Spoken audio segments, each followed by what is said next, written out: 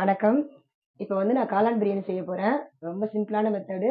சீக்கிரம் செஞ்சிடலாம் வாங்க.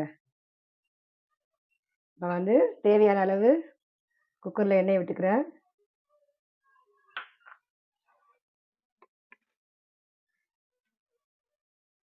பார்த்தீங்கன்னா பிரிஞ்சி இலை, அதுக்கப்புறம் பட்டை, அதுக்கப்புறம் கொஞ்சம் அன்னாசி பூ, அதுக்கப்புறம் 2 கிராம்பு. இது வதங்கட்டும்.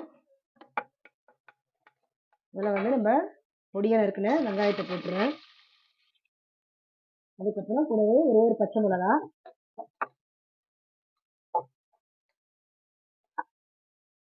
இந்த காளான் பிரியாணிக்கு நேரம் ரொம்ப எடுக்காது, சீக்கிரம் செஞ்சிடலாம்.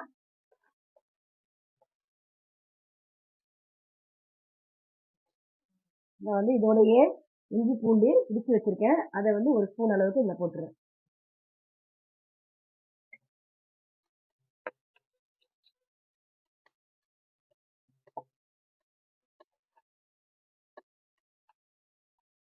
ஒரு 2 நிமிஷம் வதங்கட்டும்.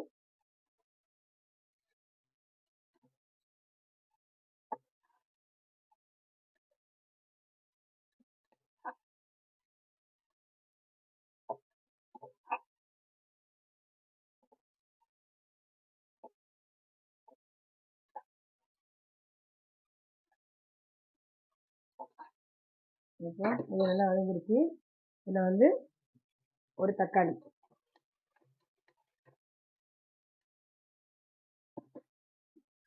இந்த காளான் வந்து நல்லா சுத்தம் செஞ்சுட்டு கழுவிட்டு கொஞ்சமாக ஒரு ஸ்பூன் கார்ன்ஃப்ளவரு, கொஞ்சம் இஞ்சி பூண்டு பேஸ்ட்டு, அதுக்கப்புறம் கொஞ்சம் தயிர், அப்புறம் 65 பவுடர் ஒரு ஸ்பூன் சேர்த்து 1/2 மணி நேரம் நல்லா ஊற வச்சுருக்கேன். இதுதான் இதை போட போகிறோம். இது நல்லா ஊறும்போது நல்லா டேஸ்ட் வரும், அதனால தான் ஊற வைக்கிறது.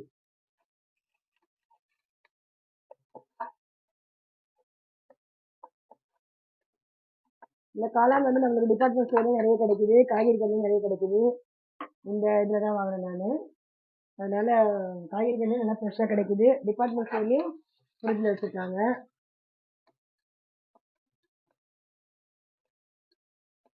இப்போ வந்து இதில் கொஞ்சமாக உப்பு சேர்த்துக்கிறேன்.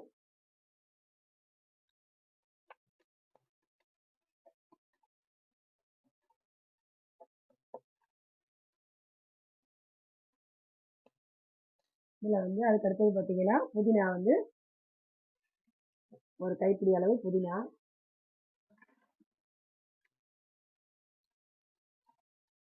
அதோட கொஞ்சமாக கொத்தமல்லி.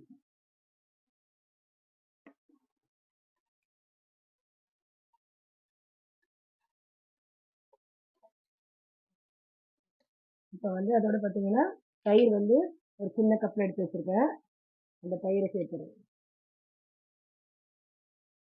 ஏற்கனவே இந்த காளான்லேயே கொஞ்சம் ஊற வச்சுருக்கேன். இது வந்து அரிசியோட, அதனால இது வந்து ஒரு கப் அளவுக்கு இதில் ஊற்றிருக்கேன் அரிசினால. பிரியாணி அரிசி நல்லா சாஃப்டாக இருக்கும், அதே சமயத்தில் நல்லா டேஸ்ட்டாகவும் இருக்கும். அதுக்காக தான் இந்த தயிர் வந்து போடுறது. அதுவும் இது புளிக்கக்கூடாத தயிர், புளிச்சா நல்லா இருக்காது, புளிக்காத தயிர் தான் யூஸ் பண்ணணும். இப்போ இதில் பார்த்தீங்கன்னா ஒரு கால் ஸ்பூன் அளவுக்கு மிளகாய்த்தூள், அதுக்கப்புறம் அதே கால் ஸ்பூன் அளவுக்கு இது பிரியாணி மசாலா.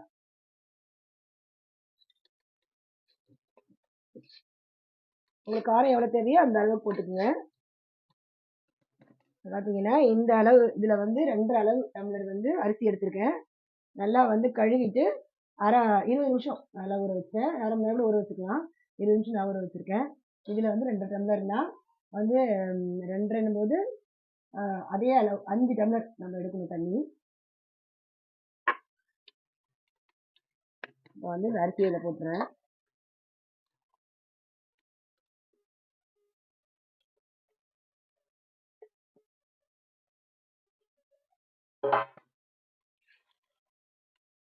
கடைசியாக உப்பு ஒரு தடவை பார்த்துக்கணும். அப்புறம் இதே காளானை இதில் போட்டுறேன்.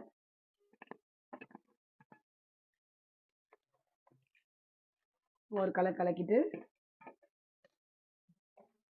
தண்ணி விட்டுடலாம். நல்லா அந்த இஞ்சி பூண்டு இதெல்லாம் ஊறும்போது நல்லா டேஸ்ட்டாக இருக்கும். காளான் பிரியாணியில் வேகும்போது, அரிசியில் வேகும்போது நல்லா டேஸ்ட்டாக இருக்கும். பாருங்கள், இதில் சொன்னல 2 டம்ளர்னு, அதனால் 5 டம்ளர் அளவுக்கு சுடு தண்ணி எடுத்துக்கிறேன். நான் வந்து வீடியோஸ்க்காக உங்களுக்கு சீக்கிரம் வேகணுன்றதுக்காக காமிக்கிறேன். நீங்கள் வந்து நார்மல் தண்ணி யூஸ் பண்ணிக்கலாம்.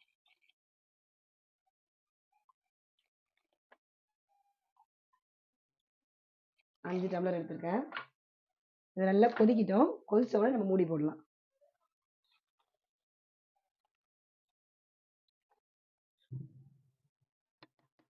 பாருங்கள், இது ஒரு தடவை நம்ம செக் பண்ணிக்கலாம் உப்பு சரியாக இருக்கான்னு.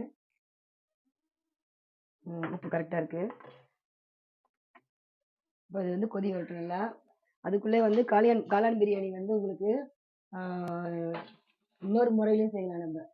நம்ம வந்து வறுத்துட்டு இதே மாதிரி வெங்காயம் தக்காளி காளான் வந்து இந்த மாதிரி நல்லா 1/2 மணி நேரம் ஊற வச்சிடணும். 1/2 மணி நேரம் 3/4 மணி நேரம் நல்லா வறுக்கிறதா தான் நல்லா ஊற வைக்கணும். எப்போவுமே வறுக்கும் போது 1 மணி நேரம் கூட நல்லா ஊற வச்சிடலாம்.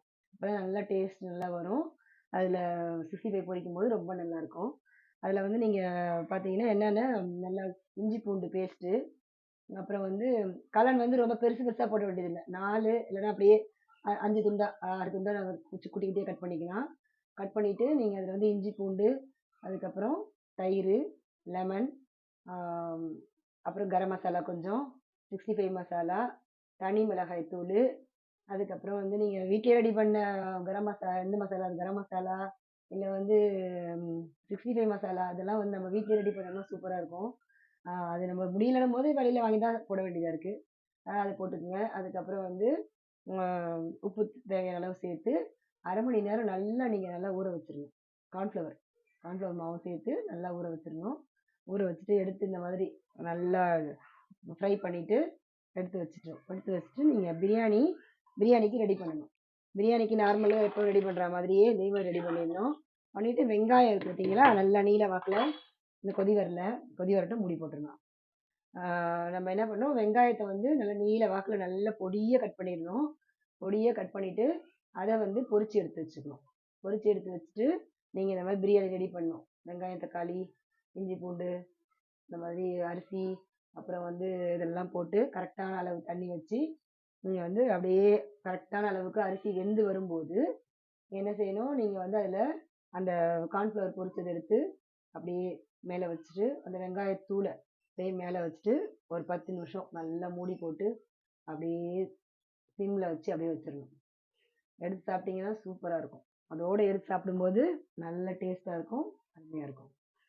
அப்புறம் அது இல்லாமல் இன்னொன்று பார்த்தீங்கன்னா, அரிசியை வடிச்சிடலாம், சாதம் வடிச்சிடலாம். இந்த பாஸ்மதி ரைஸையே என்ன பண்ணோம், ஓரளவுக்கு ரொம்ப குழைய வடிக்கக்கூடாது. 3/4 பாகத்துக்கு வெந்த உடனே நம்ம வடிகட்டி ஆற வச்சு எடுத்து வச்சிடணும்.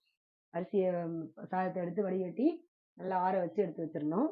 வச்சதுக்கப்புறமா இதே மாதிரி நீங்கள் எண்ணெயில் வந்து வெங்காயத்தை நல்லா வதக்கிட்டு தக்காளியெல்லாம் வதக்கிட்டு அது அந்த மசாலாலாம் சேர்த்துடணும். அரிசி மாதிரி போடக்கூடாது, சாப்பாடு மாதிரி போடக்கூடாது.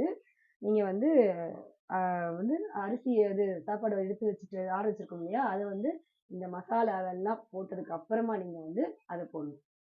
இதை வந்து இப்போ நான் மூடி போட்டுறேன். கொதி வருது, சீக்கிரம் ரெடி ஆயிரும். அந்த மசாலாவை அந்த மசாலாலாம் ரெடி பண்ணிடணும். நல்லா ரெடி பண்ணி நல்லா கரெக்டான அளவு உப்பு இதெல்லாம் போட்டுட்டு நீங்கள் என்ன செய்யணும், அந்த சாதம் எடுத்து சாதத்தை வந்து மேலே போட்டுடணும்.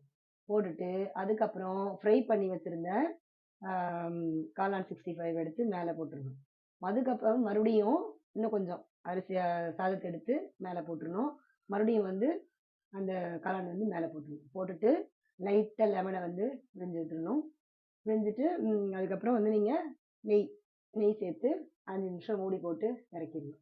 என்னோட ஏற்கனவே வந்து காளானையும் பொரிச்சு எடுத்தாச்சு, சாதமும் வெந்துருச்சு, பிரியாணி அரிசியும் வெந்துருச்சு. அதனால வந்து 10 நிமிஷம் இல்லை 5 நிமிஷம் அப்படியே தம்மில் ஹீட்லேயே அப்படியே மெதுவாக சிம் தீயில வச்சுட்டு நீங்கள் ஆஃப் பண்ணிட்டீங்கன்னா போதும்.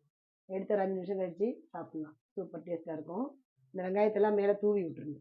வெங்காயம் வறுத்த வெங்காயம் இருக்குது இல்லைங்களா, அந்த வெங்காயம்லாம் மேலே அப்படியே தூவி எடுத்து சாப்பிடணும். சூப்பராக இருக்கும். அது 2 இதில் காளான் பிரியாணிக்கு ரொம்ப டேஸ்ட்டாக இருக்கும். அதேமாதிரி 65ம் நீங்கள் வந்து காளான் 65 இதே மாதிரி இந்த இதுலேயே நம்ம எப்பயுமே சிக்கன் 65 பவுடர்லாம் கலக்கி வறுக்கிற மாதிரியே நீங்கள் வந்து ஊற வச்சு ஒரு 10 நிமிஷம், நான் அவசரமாக இருந்தால் டக்குன்னு 10 நிமிஷம் அப்படி இது பண்ணி எடுத்துடலாம். இல்லைன்னா நீங்கள் குறைஞ்சபட்சம் வந்து அரை மணி நேரமாவது நல்லா ஊற வைக்கணும். ஊற வச்சாதான் உங்களுக்கு நல்லா டேஸ்ட் வரும். அந்த தயிர் இதெல்லாம் நல்லா உள்ள ஊறி இது பண்ணி வரும். அதனால வந்து எப்பவுமே நீங்கள் ஊற வைக்கிறதுக்கு ரொம்ப அவசரமா இருந்தா டக்குன்னு போடணும்னா கூட ஒரு 10 நிமிஷமாவது கண்டிப்பா எடுத்து பிசைஞ்ச உடனே போடக்கூடாது. அது வந்து ஒட்டிக்கும், டேஸ்ட் நல்லாவே இருக்காது.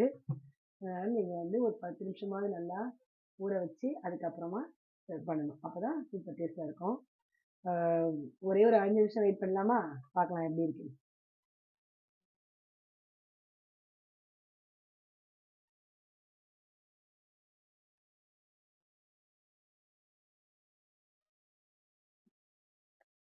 அப்புறம் வந்து என்ன பார்த்தீங்கன்னா, இறால் பிரியாணி இது எல்லாமே வந்து இந்த அரிசி சாதத்தை வடிச்சிட்டு செஞ்சா நல்லா சூப்பரா தான் இருக்கும். ஆனா வந்து நம்ம நம்ம ஒன்னாவே போட்டு நல்லா வேக வச்சிடணும். அது ஒரு பிரியாணிங்கும்போது நம்ம எல்லாம் ஒண்ணா வேக வச்சு சாப்பிட்டா தான் ஒரு திருப்தி கிடைக்குது. ஆனா நீங்க அந்த மாதிரி செஞ்சு பார்த்தாலும் ரொம்ப நல்லா இருக்கும். ஹோட்டல்ல எல்லாம் அப்படிதான், பெரும்பாலும் ஹோட்டல்ல வந்து அந்த மாதிரி ஸ்டைல்ல தான் செய்வாங்க. சாதத்தை இது பண்ணிட்டு பண்ணி பார்த்துருக்கேன் நானு. அதனால அது ஒரு டேஸ்ட் நல்லா இருக்கும். ஒரு நாள் நான் செஞ்சு காமிக்கிறேன் எப்படி இருக்குன்னு. எல்லாம் ஒரே மாதிரியே செய்யக்கூடாது, கொஞ்சம் போர் அடிக்கும் சாப்பிட்றதுக்கு. மாற்றி மாற்றி செய்யும்போது தான் டேஸ்ட்டும் நல்லா நம்மளுக்கு வித்தியாசமா தெரியும். அது எப்படி இருக்குன்னு நம்ம பார்க்கலாம். அந்த மாதிரி இந்த ஸ்டைலில் ஹோட்டலில் போய் சாப்பிட்டோமே அந்த ஸ்டைலில் இருக்குமா அப்படின்னு நம்ம வந்து அதுக்கு தகுந்த மாதிரி பார்க்கலாம். காரம் வந்து எப்பவுமே உங்களுக்கு தகுந்த மாதிரி கம்மியாக போட்டுக்கோங்க. ரொம்ப காரம் உரப்பு போடாதீங்க. காரத்தை வந்து மெயின் காரம் வந்து கொஞ்சம் கம்மியாக போட்டு சாப்பிட்டாதான் குழந்தைங்க எல்லாருமே நம்ம வீட்டில் வந்து விரும்பி சாப்பிடுவாங்க. இப்போ 10 நிமிஷம் ஆயிடுச்சு. விசில் எதுவும் போடல. ஸ்டீம் வெளியே போயிட்டு இருக்கு. நம்ம வந்து கொஞ்சம் ஸ்லோ பண்ணிட்டு எப்படி இருக்குன்னு பார்த்துடலாம்.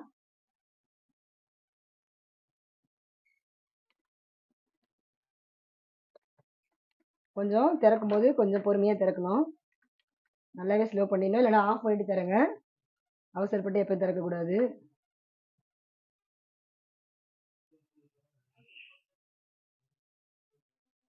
நான் கொஞ்சம் ஆஃப் பண்ணிடுறேன். ஸ்டீம் பாருங்க, இப்படி இப்படி பண்ணும்போதே உங்களுக்கு தெரியும். அந்த ரொம்ப ஸ்டீம் இருந்ததுன்னா டக்குன்னு திறக்க முடியாது. நல்லா ஃப்ரீ ஆனதுக்கு அப்புறம் தான் உங்களுக்கு வந்துடும். இந்த பாருங்க வந்துருச்சு. தண்ணி பாருங்க கரெக்டாக வந்துருச்சு. இப்போ நம்ம இதில் வந்து கொஞ்சம் சிம்மில் வச்சுட்டு கொஞ்சமாக நெய் போட்டுடலாம். இது வந்து நெய் வந்து ஒரு 2 ஸ்பூன் அளவுக்கு,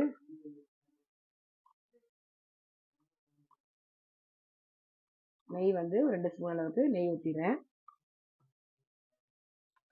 நெய் ஊற்றின உடனே நம்ம வந்து ரொம்ப நேரம் வைக்க வேண்டியதில்லை. ஒரு லேசாக ஒரு பரட்டு பரட்டிட்டு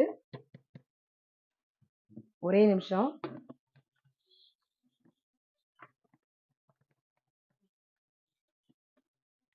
ஒரே நிமிஷத்தில் வந்து இதை எடுத்துடலாம். நீங்கள் வந்து கொஞ்ச நேரம் அப்படியே ஸ்டீமில் வச்சிங்கன்னா கூட நீங்கள் வந்து நல்லதுதான், நல்லா இதாக இருக்கும். நான் வந்து இதை பண்ணி ஆஃப் பண்ணிடுறேன். ஒரு நிமிஷம் இருக்கட்டும், இதை எடுத்துடுறேன் நான். காளான் பிரியாணி எவ்வளோ சீக்கிரம் ரெடி ஆகிடுச்சு பாருங்க. ஆனால் வந்து நமக்கு வேகிறதுக்கு நேரம் கிடையாது, கொடுக்க இது பண்ண வேண்டியதில்லை. இது மாதிரி விசில் விட்டு வேக வேண்டியது. அதனால வந்து சீக்கிரமாக நமக்கு ரெடி ஆயிடுச்சு. ஒரு நிமிஷம் வெயிட் பண்ணும். எப்பவுமே இது வந்து போட்டதுக்கு அப்புறம் உங்களுக்கு வந்து ஒரு அந்த டேஸ்ட் கொடுக்கறதுக்காக நல்லா கொஞ்சம் நேரம் புழுங்கணும். அப்போ புழுங்கினாதான் வந்துருக்கு நமக்கு நல்லா இருக்கும். எடுக்கக்குள்ள சாப்பிடும்போது நமக்கு அந்த உதிரியாக எடுக்கும்போது அரிசி நல்லா வரும். அதுவும் இல்லாமல் சாப்பிடும்போது நல்ல டேஸ்ட் கிடைக்கும்.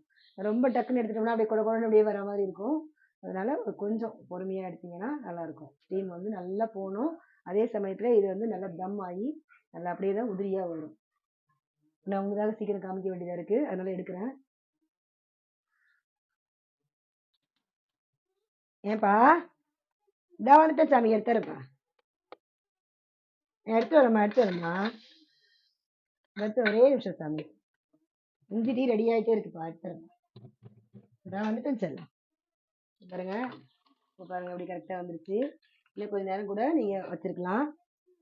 நான் இப்போ இதை எடுத்துடுறேன். காளான்லாம் நல்லா இதில் வெந்திருக்கும்.